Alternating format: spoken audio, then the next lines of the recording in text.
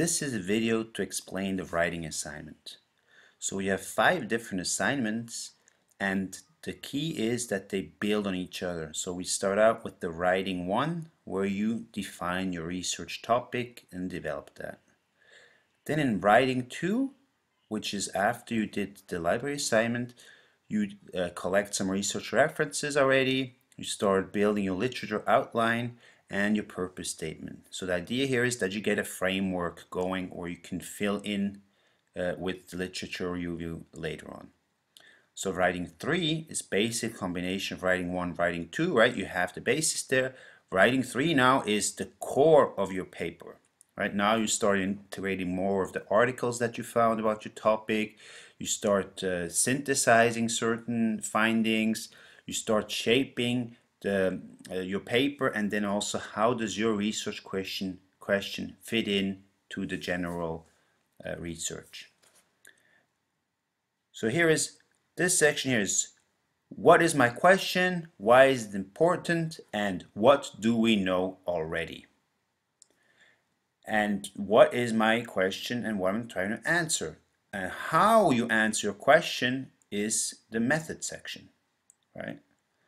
And then these two, writing 3 and writing 4, combined together are the basis for your final paper. And in the final paper, what you're going to add, because we do not really conduct your study actually, right? That's an important point. It's a proposal. You won't have any results, but I'm going to ask you to speculate about some of the limitations that you will have. Think about how you're going to disseminate results and what are some of the conclusions that you might be able to make. Right? So overall, it's important to consider that you're going to need APA style.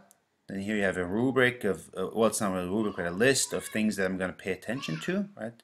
So one key thing is that I want you to have at least 15 references that you can cite, right? And so that means you're probably going to have to look at a lot more articles than 15, right? You might look at 30 to 50 articles just to find 15 that you really like and that fit.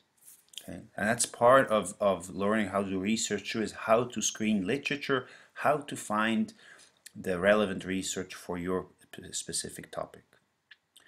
And further down here, you have the more specific explanation for each of the writing assignments.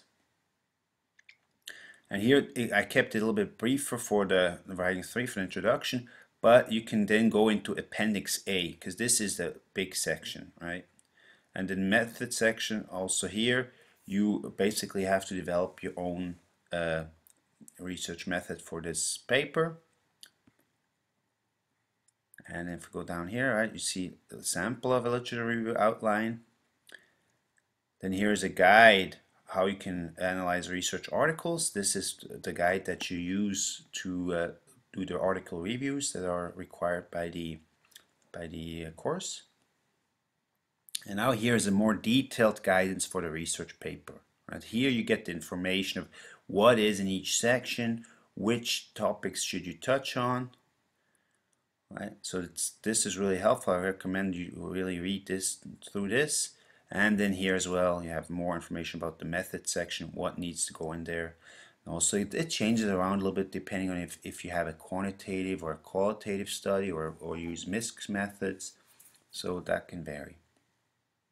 And then the conclusions, I realized you didn't actually do the study. Here it's just kind of a best guess. See what potential limitations are, talk a little bit about external and internal validity, your researcher bias, and maybe some alternative approaches, how you could have approached the research question, and how you're going to disseminate your results. All right, that's pretty much the expectations for this writing assignment for this research proposal. So keep in mind, as you go through the course, you're already working towards your final product here, and you'll get feedback to these elements, the writing 1 through 4. You can incorporate that into writing 5 and improve there. So that's the key, that you use the feedback and make it a great paper at the end.